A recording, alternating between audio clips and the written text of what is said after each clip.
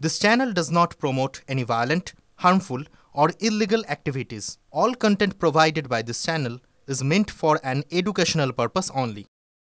মা বাবা বা অভিভাবক যাদের সঙ্গে আমার কথা হয়েছে তারা অত্যন্ত ভদ্র, শিক্ষিত, মার্জিত মানুষ। আমি মমতাদির রাজনীতি করি বলে আমি সৌজন্য করেছি, এবং যেহেতু রাজনীতির বাজারে আমরা সবাই আছি, আমি আপনি সবাই, তা ওদের সঙ্গে আমার কি কথা হয়েছে তা ব্যক্তিগত, প্রাইভেট।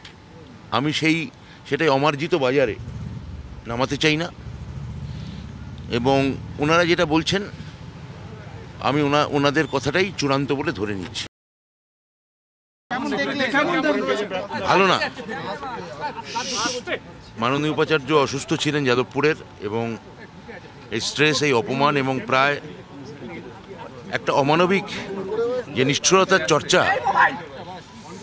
তার সঙ্গে চালানো হচ্ছে, তার সঙ্গে একটা রাজনৈতিক উদ্দেশ্য প্রণোদিতভাবে একটি নির্দিষ্ট রাজনৈতিক দল যেভাবে তাকে হেনস্থা করছে, এটা অকল্পনীয়। তার আমাকে নিজেই বললেন একটু আগে যে ওনার কোনো রকম মানসিক চাপ ওনার নেওয়া যাবে না, এমনি একটা ওনার স্ট্রোক হয়ে গেছে, হার্টের অবস্থা ভালো না। সেই জায়গায় আমার মনে হয় আমি সব পক্ষকে অনুরোধ করব, মাননীয় উপাচার্য ভাস্কর গুপ্তর জীবনের দিকে তাকিয়ে একটু মানবিক ব্যবহার যেন তার সঙ্গে করা হয়।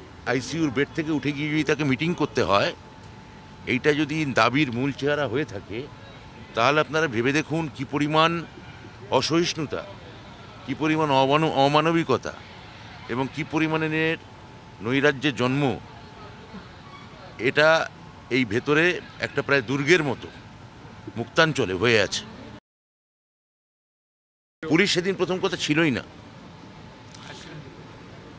উচ্চ মাধ্যমিক পরীক্ষার দিন তারা বন্ধ রেখেছিল। তো ওরা কি বলছে, ওদের আমি কথা নিয়ে করা চিন্তিত বা ভাবিত বা কথা বলতেও চাই না।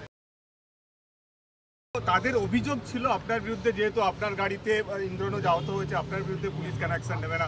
প্রশাসন বুঝে নেবে। আমি মহামান্য আদালত বা মহামান্য বিচারপতি যা বলেছেন তাই নিয়ে আমি কোনো কথা বলতে চাই না। এটা প্রশাসনের ব্যাপার, প্রশাসন। আমার কাছে সত্যিই কোনো খবর ছিল না এবং আমার কল্পনারও বাইরে ছিল।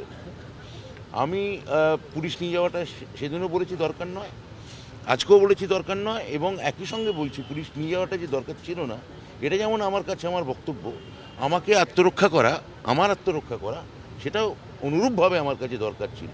ফলে এখানে কেউ একটা পারসেপশনের ব্যাপার, কেউ মনে করতে পারেন আমি পুলিশ নিয়ে যেতে পারতাম, আমি সেটা মনে করিনি।